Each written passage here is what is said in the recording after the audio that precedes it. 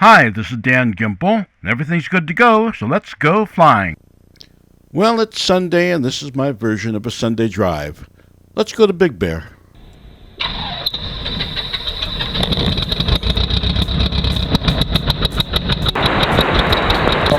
All aircraft read back hold short instructions or runway summit to their call sign. Advise when initial contact EF Tango. Citation 168, Tango Yankee, Camarillo ground. Use caution for a Cessna inbound to the ramp. Runway 26, taxi at Golf 2, Golf Alpha. We're in the run-up area, almost ready to depart Camarillo. That's a Gulfstream jet taxiing up to the runway now. We'll be behind this and one other jet for takeoff. The plan for today is to fly to Big Bear and back. Here's the map of our flight. We're starting here in Camarillo, about 30 miles west of Los Angeles. Then we'll fly east over the Santa Monica Mountains, then the LA metro area, and then skirt the big local mountains until we land at Big Bear.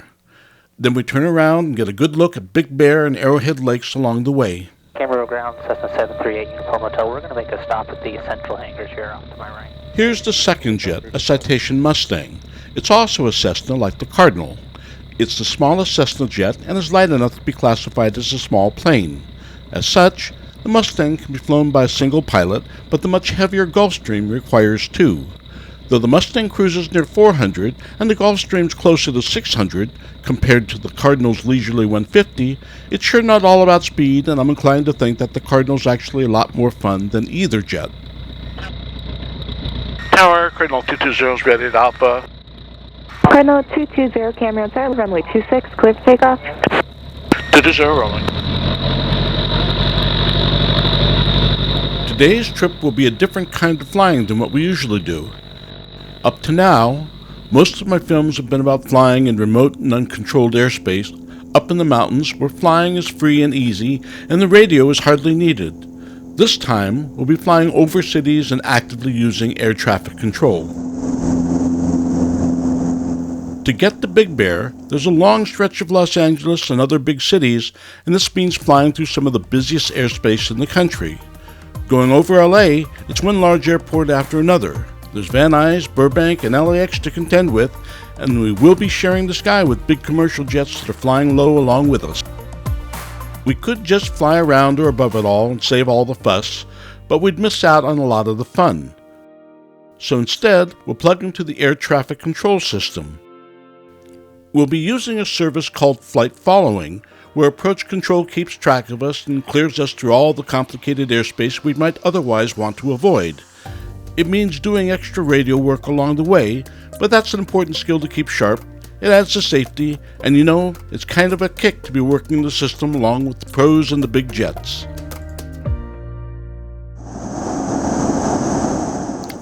Moving right along and eastbound, we're coming up on the city of Thousand Oaks and the Conejo Valley.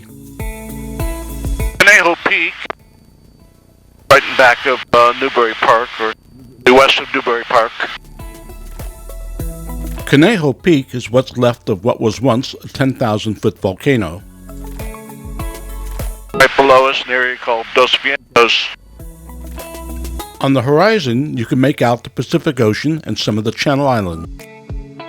And in front of us now, one of my favorite places to hike, which is Rancho Sierra Vista. Former cattle ranch. It was the Danielson Ranch until the 1970s. Danielson gifted most of this to the state and sold some to the feds for parkland. There's 10 miles of wilderness here that runs all the way to the sea, most of which is now Point Mugu State Park. In front of us, Boney Peak. We're looking at the extreme western end of the Santa Monica Mountains, a range that runs east and west, and east of here, it actually divides the city of Los Angeles between West Los Angeles and the San Fernando Valley. We're in Ventura County right now, headed toward LA County. We're over Newbury Park, and we're about to pass over an area called Hidden Valley. You may not know this place by its name, but you've seen it in movies and TV shows a million times. It's unbelievable that Hidden Valley's idyllic countryside is so close to LA. That's why it's so often used for filming, and why so many celebs have homes here. And all this within half an hour of the city of LA. Some amazing homes back in here. Let's see. Dean Martin had a place here and Tom Selleck bought it. Ellen DeGeneres and Portia de Rossi had a horse ranch. Britney Spears has a villa around here somewhere. Tarzan the Ape Man, Lassie Come Home, Seabiscuit, and We Bought a Zoo were all shot here. Used to be an airstrip right in front of us there. White fence down below, lining the street. There was a time when it seemed like every other car commercial was filmed along that road.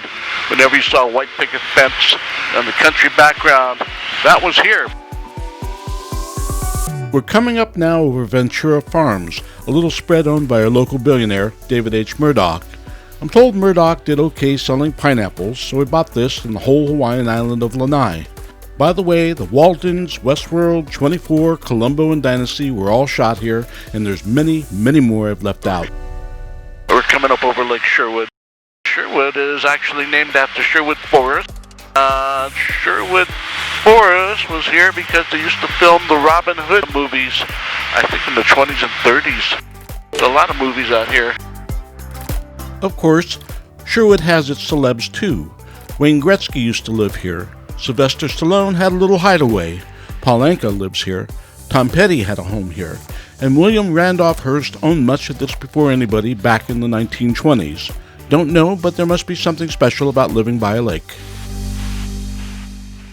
On this trip, we're going to see one lake after another, and it might make you think there's plenty of rain here, but the Brown Hills should tell you otherwise. All the lakes we'll see are man-made. Some of them, like Westlake here, were created just so they could build homes all around them. There are hardly any natural lakes in Southern California at all. Water is precious, and lakeshore real estate is prized and pricey, to say the least. While we're not much for lakes, we are big on beaches. We're 9 miles inland from Zuma Beach. You see a fair amount of traffic on the road below. Beach traffic. It's Sunday, and it's still a pandemic month. It's June of 2020, but people are headed to and from the beach, and there is traffic on the beach roads. We're 5 minutes and 10 miles further down the road. We've climbed to 3,500 feet, and now we'll be following the spine of the Santa Monicas to their end near downtown LA, and then we'll keep going east from there.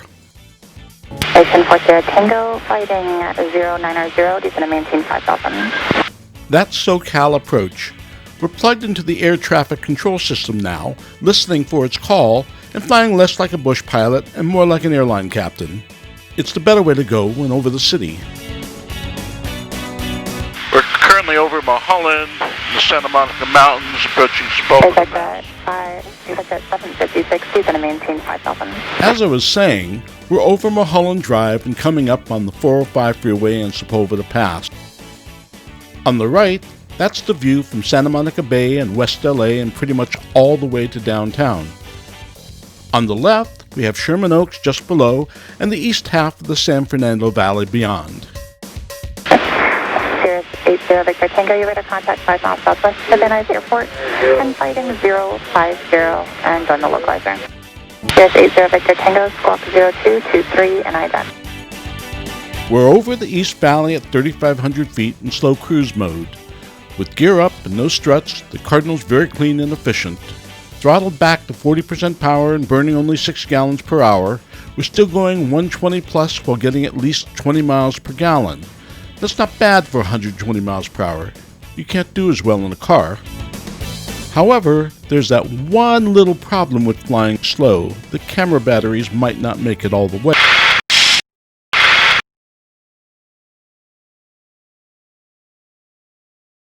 It's an hour later, 90 miles further east. We've landed and changed the batteries. We're at Big Bear Airport, Sunday, June 14th, 2020. It's about 6:40 in the p.m. We're ready to head home to Camarillo. Big Bear's an amazing place. At 6,800 feet, it's a refreshing island of alpine in the southern California sky. Normally, I'd come here and linger, and at least have lunch at the airport cafe, but this trip is about flying and filming and not the destination. Big Bear traffic, Cardinal 220, taking the active for departure 26, Big Bear.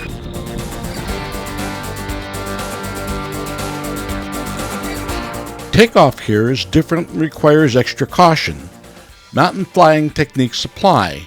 At this altitude, the air is much thinner than down below, and on a warm afternoon like this, it's thinner still. 6,800 feet at this temperature is 8,800 feet as far as the plane is concerned. Thin air robs engines of power and wings of lift. Here it takes longer to gain speed and rise from the runway. But Big Bear has good long runway and a nice flat lake beyond, so it's safe for most planes. Way up here, most small planes have only 60% or so of their sea level power because they're not turbocharged. What turbos do is compress the air engines breathe so that they can make 100% power even at very high altitudes. This Cardinal was specially equipped with a turbo for flying up in the Colorado Rockies, and I can tell you that the turbo comes in pretty handy here in the San Bernardino Mountains as well. The thing sticking out of the lake on the right is the Big Bear Solar Observatory. It's here because the extra clear sky and cool lake air are essential for its images. The Big Bear area is an oasis in so many ways. It's a green refuge from the non-stop cities down in the flats below. It's all serious desert immediately north and east of here. It sits in big contrast to that which surrounds it. Big Bear Valley is actually a series of highland valleys, and there's a surprisingly large amount of flattish tableland here, and it's all sort of perched up above the coastal basin below. The southern slopes of these mountains fall off dramatically to lowland town. The main road for getting up here is called the Rim of the World Highway, and where it runs along the mountain crest, that's exactly how it seems, like it's the very edge of the world. Big Bear traffic, Cardinal 220, maneuvering near the lake. They built the original dam that formed the lake back in 1885. That was quite an accomplishment, and for a time, this was the world's largest man-made lake. But the dam was considered flimsy, and the real accomplishment was that it held it all. So because it didn't burst, it was declared the eighth wonder of the world. The original dam has since been replaced to the great relief of all down below. The lake covers what used to be a nearly flat marsh. When it's full, it holds about 70,000 acre-feet and averages 35 feet deep. The water comes from springs and from about 120 square miles of local surface runoff. As you can see, the area is pretty well built up. Around 25,000 people live in the valley and its surrounds, and that can swell to 100,000 in a peak summer. But this summer is sadly different and is not likely to be one of the usual busy seasons. And the name Big Bear is because there were in fact grizzly bears here until 1906 or so. Black bears are still here, but they're more boo-boo than yogi size. But I really don't see them changing the name to Boo Boo Lake anytime soon.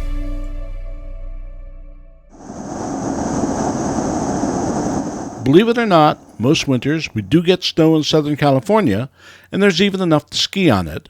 We're west of Big Bear, and this is Snow Valley Ski Resort in the off-season. One of the ski areas near Big Bear, Mount Baldy, also not too far from Arrowhead.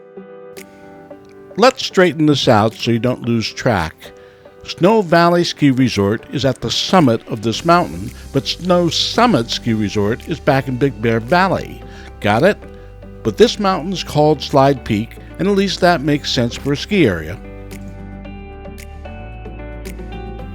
Speaking of names, I've often wondered why Lake Arrowhead is called what it is because it really looks nothing like an arrowhead.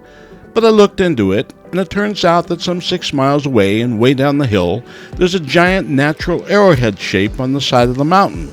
Clear as day and no imagination needed to see it, and that's what's lending its name to the lake. Big Bear's at 6,500 feet. Arrowhead, I think, is at about 5,500 feet. These are basically islands in the sky. Arrowhead, which is in front of us, is just at the altitude where pine trees live here. It's cold enough to get snow in the winter, but it's very, very close to the margin where it just becomes alpine chaparral and scrubland and the pine trees here, and the mountains quickly merge with the desert that's to the north and east. All that is to say, Arrowhead is just barely high and cool enough to support its alpine forest. You can see how the pine trees peter out immediately below the lake, where it's only slightly warmer. From above, it's easy to see how small and delicate this beautiful high country environment actually is. Looking west into the setting sun, it's getting close to 7 o'clock in the evening. This is mid-June, longest days of the year. Between Arrowhead and Big Bear, these are major summertime resorts and full-time homes for many people. Arrowhead, as originally planned, was meant to be a reservoir for agriculture, but that never happened. Instead, it was developed as a resort in the 1920s, and the lake and the surrounding land remain private to this day. There's almost 4,000 houses here, with more than 12,000 people who call them home. Not sure whether it's busy or quiet. There's a good number of boats, even though it's so late in the evening.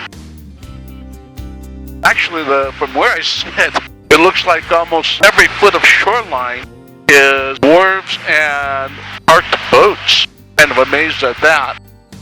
I'm also amazed that this big lake is private. I always assumed until now that it was public like Big Bear.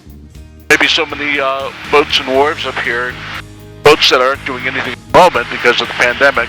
As it is, I don't expect that it's going to stop too many people from enjoying boating on the lake.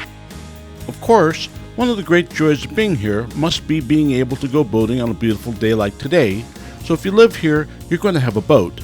Now, the Arrowhead community is not a town, but there is the Lake Association. I guess it's the Homeowners Association too, and they say that residents can have up to 5 boats in the water.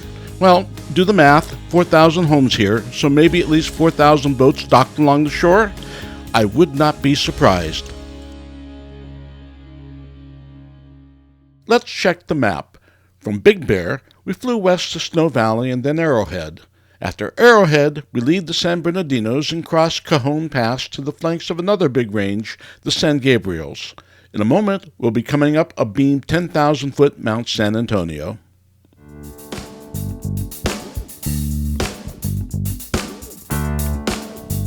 Entering Cajon Pass put us back into the busy airspace near Ontario International, so I've requested flight following again. GPS 922 heavy, turn right, heading 240, vector for the localizer. 59 Mike, use caution, numerous firefighting aircraft north of the airport operating 7,000 and below. We're cruising at 6,500 feet and following the contours of some very big mountains. Not Sierra Nevada big, but not far from it. Old Baldy here rises 8,500 feet above its base. That's almost in the same class as Mount Whitney's 10,000-foot prominence. At barely 10 miles from the city blocks of Rancho Cucamonga, it practically puts Baldy summit right there in their backyard. Turning towards the north, towards Mount Baldy, highest mountain in the area, just a shade over 10,000 feet. Emily, 500 Mike, roger, thank you. Though these mountains are close in, they're by no means easy. In fact, they're notoriously rugged. Its passes are few and far apart, and until the freeways came along, even the passes were tough going. It was so difficult to get through here that they almost had to make California into 2 separate states.